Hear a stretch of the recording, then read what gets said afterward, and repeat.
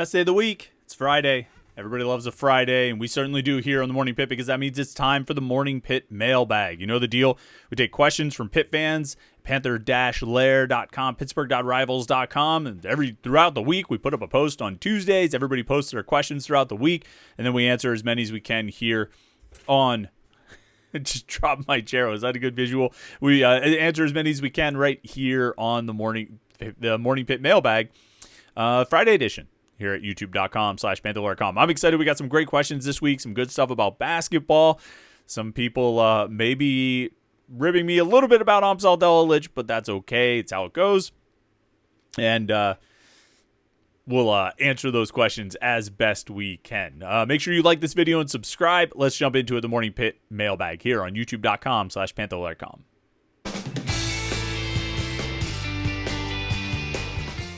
And sometimes I wonder about the timing of when I put up the post asking for questions. Sometimes I wonder if it makes an impact or how it gets seen on the message board, because we didn't get as many questions this week. We got some good questions, and I'm looking forward to answering them. But we didn't get as many questions this week. And I posted the call for questions after the game on Tuesday night. I just looked. It was around 11 o'clock on Tuesday night, 11:30 actually. So it was pretty late, but I thought that it would stay on the board through the morning on Wednesday and we get more people asking questions, but it didn't generate as much. We still got like 4 or 5 questions. Those are good questions, interesting stuff that I want to talk about, but we'll have to play with the timing of the post and kind of see if it gets different interest levels depending on when we put it up. But anyway, first question comes from Potter County native, who posted this late after the game on Tuesday night and was definitely on one about this topic on the message boards. So I'm not surprised that Potter County native jumped in early with this question: who will be more important in the future for Pitt hoops, immediate or deep? Amsal Delilich or Brandon Cummings? So interesting question. And there's a few elements to it. I think there's a few layers you can kind of pick through to try to figure this one out and think about who's more important, right? There's this season, there's beyond this season, and when you start talking about beyond this season, you start getting into questions of longevity. And I'll say, I guess right off the bat, my thought is that Brandon Cummings will probably be at Pitt longer than Amsal Delilich. If Delilich leaves, or if one of them is going to leave early, I would think it would be Delilich, whether it's to go back home to Europe, whether it's to transfer to another school, whether it's to try to go to the NBA, whatever it might be. I would imagine that Cummings will be here longer unless he has like a monster season next year and goes to the NBA. So when we talk about long-term importance, that's something to keep in mind. How long will this guy be there versus that guy? Look, when it comes down to it, Cummings is probably, like when you talk about importance, Cummings is probably more important because, he's a potential point guard, although Delilich could potentially be a point guard as well. It's a tough question. I don't think you're just asking who's going to be the better player long term. Look, I'll say everybody, I've certainly taken my share of lumps, understandably so and rightfully so, about Amsal Delilich and how much I hyped him up in the offseason and how much he has not met those expectations, either due to injury, lack of playing time, or some inconsistent play when he's been on the court. I still think he's a supremely talented player. I think he's got a great handle for a guy his size. He's big enough to dunk, and he's big enough to dribble around guys. His vision is outstanding. His passing is borderline elite. So much so that I think he's caused or created turnovers. It's the weirdest thing to say, but Jeff Capel said something along these lines at the beginning of the season, or when Delilich first started playing, that, it's almost like his passes are too good. Like, they're not used to passes like that. His teammates weren't used to his kind of passes, and so they ended up turning into turnovers. I think he's a great shooter. I think he's a great scorer. Defense could always get a little bit better. He's an active rebounder, at least attempting to get rebounds.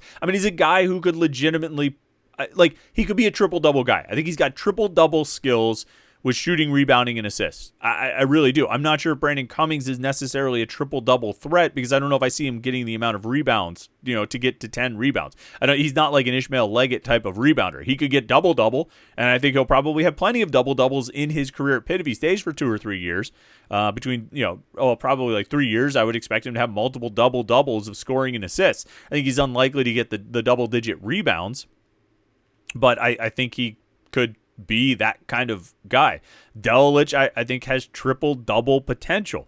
Maybe tomorrow or maybe next season, but I think he's got triple-double potential because he's got that skill set. It's just a matter of how long he sticks it out at Pitt, how long he's at Pitt. I hope he's here beyond this season. I'd like to see him play and develop. I'd like to see him in a bigger role. I'd like to see him get more opportunities out there. But Cummings, so when we talk about, your question is who's more important for Pitt hoops long term. I think if we ask the question of who could be the better player, I think Delilich might have a more upside, higher ceiling, just because of the versatility of his game, how big he is, how he can dribble, he can dunk, he can rebound, pass, shoot, all those different things. I think he's got a more diverse game than Cummings. And I think Cummings can be really good. I think Cummings already is really good. I think getting all the minutes that Cummings has gotten will have only made him better. So, long-term potential talent-wise, the advantage is probably Delilich. I would say as a future point guard, Cummings is probably more important, but Delilich, I think, can play that role as well. Let me say it this way, okay? Here's maybe a way to say it. I'm struggling with the best way to answer this question. Maybe I'll say it this way. If Amsal Delilich reaches his potential in the next 2 years at Pitt, he could be he could be the most important player on the team. He could be the top of the scouting report type of player. Brandon Cummings can absolutely be a top of the scouting report type of player, but I think Delilich, with his broad set of skills, that he's really good at a lot of things, potentially could be even better at a lot of things, I think that elevates him a little bit in terms of the ceiling and by extension, the importance. For right now, for this season, it's a hot hand situation. We did a live show yesterday morning at 10:30 here on youtube.com/Panther-Lair.com. It was fun. We had a little morning live Panther-Lair show. We don't usually do them during the day. They're usually in the evening, but we had it yesterday, and it was a good time. And this came up at some point about, who is going to get minutes, how are they going to get minutes, and actually our next question here in the mailbag is about minutes as well, and it's about riding the hot hand. And Tuesday night, Brandon Cummings was playing better than Amsal Delilich, so Cummings got the minutes, and Cummings played a lot, and Cummings was a big part of the rotation, played almost the entire second half once he subbed in. He didn't start the second half, but when he came in about 3 minutes in, I think he played the final 17. He was playing better. And that's probably what we'll see over the next 5 games plus the postseason, is the hot hand approach to it. As long as no one else gets injured or anything like that, we'll see the guys who are playing well will be the ones who stay on the court. And I think Cummings is probably going to get the first shot at that. He'll be the first sub, and he'll have the first opportunity to show that he's having a good night and he can stay on the court as opposed to Delilich. And so I think you'll probably see Cummings get more minutes over the rest of this season, which makes him more important for this season. But both guys, I think, can help this team win a lot now and down the road. Smen has a question along these lines. Says, if getting more minutes for Amsal Delilich and Brandon Cummings are how Pitt can win down the stretch, who do you take the minutes away from? And how many minutes do you take from Leggett and Lowe, etc.? So there's a couple of things at play there as we talk about minutes. Number one, you've got the hot hand theory, right? The hot hand approach. And that's what Jeff Capel was going to do. It's what he's always done. I think sometimes we mistake, I mistake his lack of substitutions for a lack of trust in his bench, or tightening up and getting, coaching scared that he doesn't want to take his best guys off the court. I think I mistake it for that, when really maybe the lack of substitution is just that Capel says, okay, this group is working. Like, this group is clicking. This group is playing well. I'm going to keep them out there.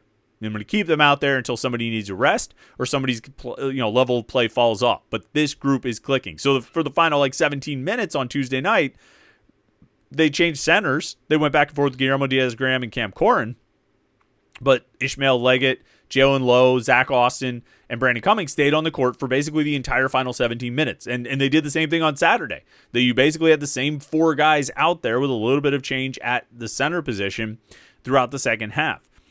Capel likes to stick with the hot hand. And I think that's probably as much of an explanation for his lack of substitutions as anything. So I say that because it's relevant to this discussion now with Cummings and Delilich. On Saturday, when Damian Dunn out and Jalen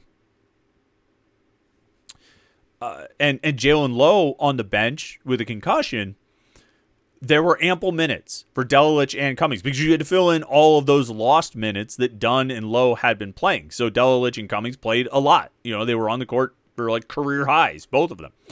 It might not have been career high for Delilich. He played a ton, I think, against Ohio State, the overtime game. But they both played a lot of minutes, more than they had in any ACC game. Let's say that.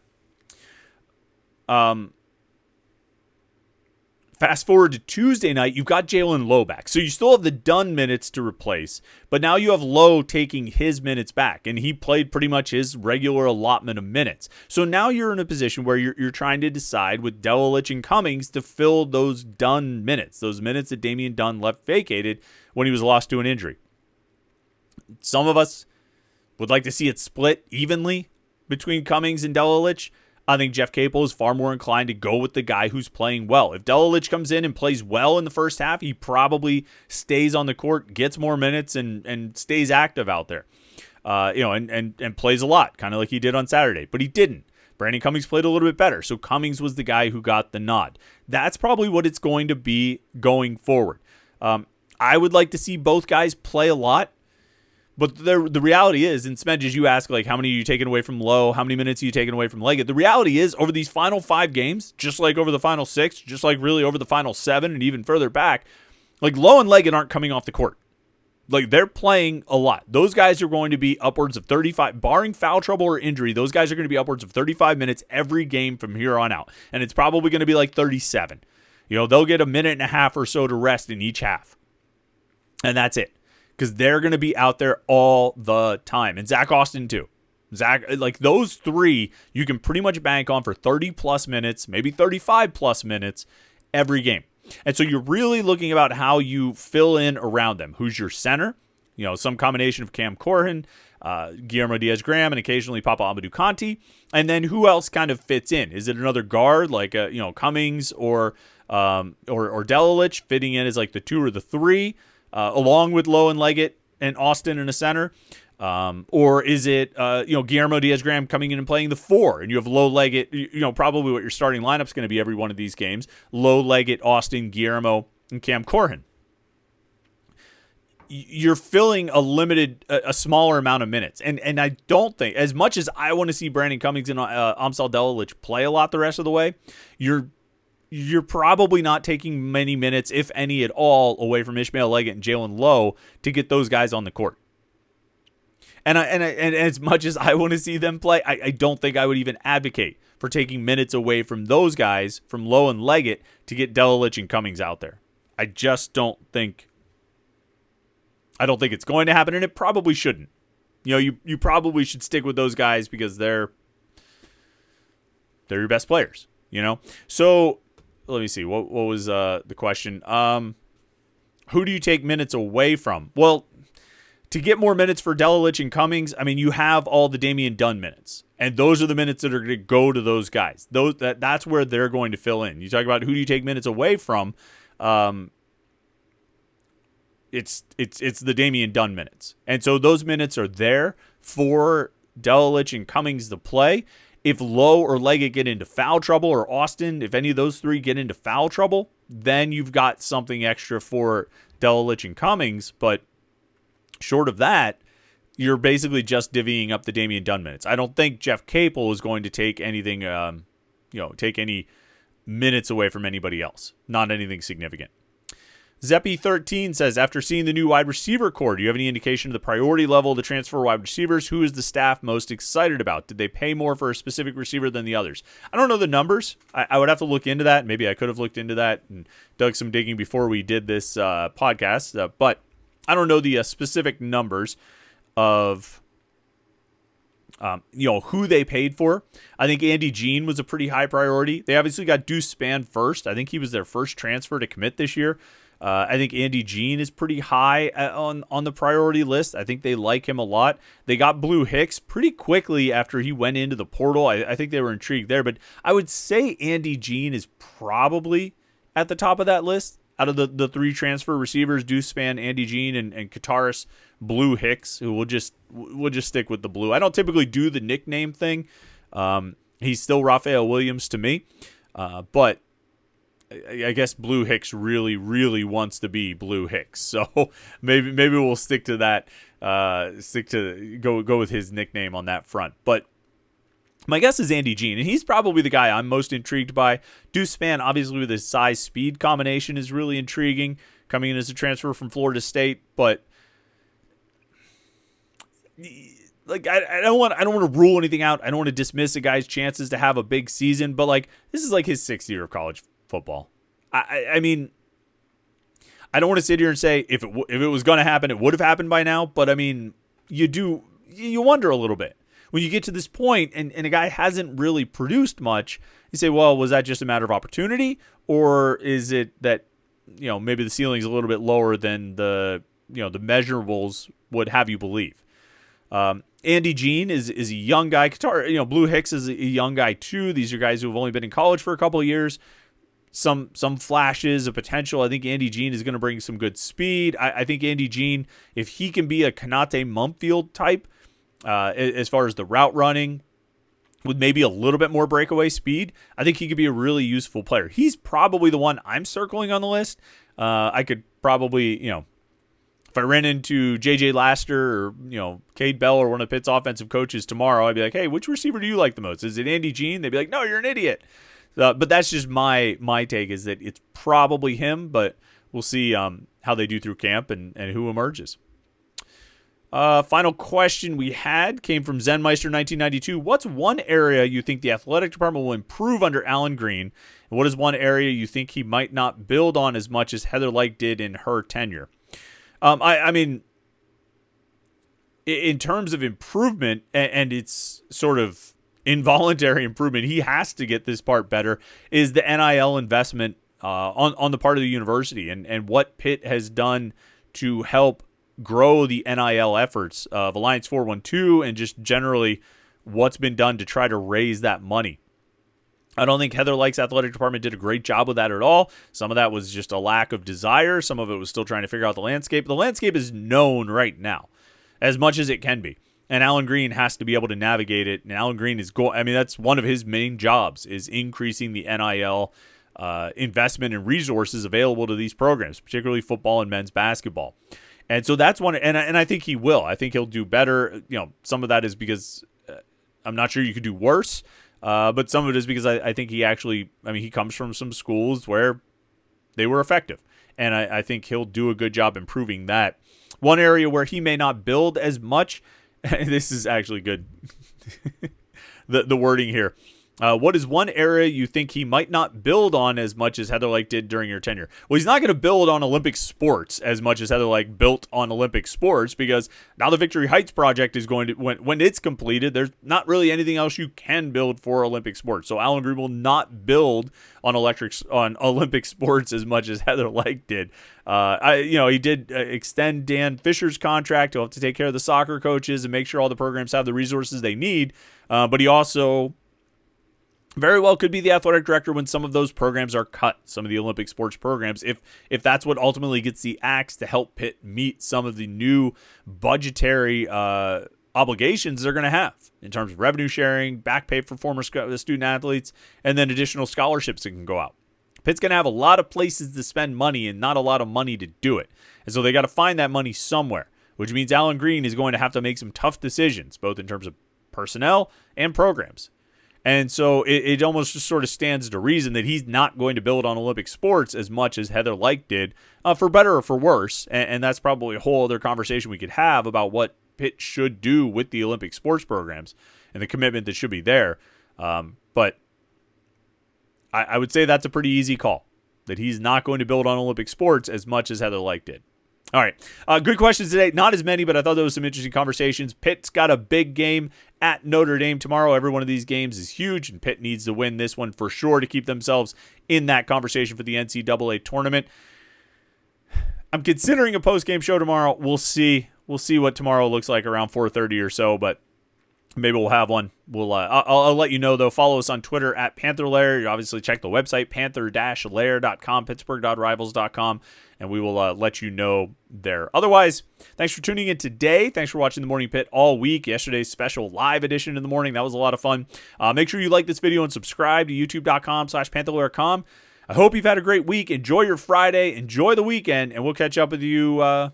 If not sooner, we'll catch up with you on Monday for the Morning Pit right here on youtube.com/Panther-Lair.com.